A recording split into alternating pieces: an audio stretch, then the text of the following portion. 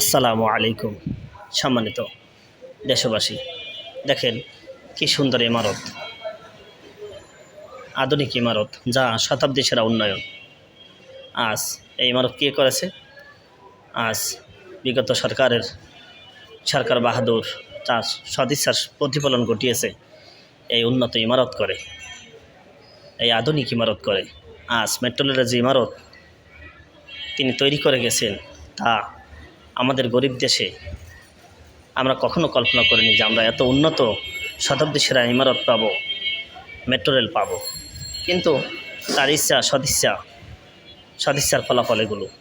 কিন্তু এই ইমারত যতটা না উন্নত, যতটা না বড়, যতটা না শতাব্দী সেরা, তার চেয়ে বিগত সরকার বাহাদুরের অহংকার, দাম্ভিকতা, অর্থ লোট, অর্থ পাচার, তার আত্মীয় স্বজন, তার মন্ত্রী পরিষদ অনেক বেশি করেছে। সম্মানিত দেশবাসী, আজ সেজন্য বিগত সরকার বাহাদুর আজকে দেশান্তরিত হয়েছে। এটা আমরা চাইনি, এটা তার প্রিয় জন্মভূমি, সে কেন দেশান্তরিত হবে? ধন্যবাদ সবাইকে।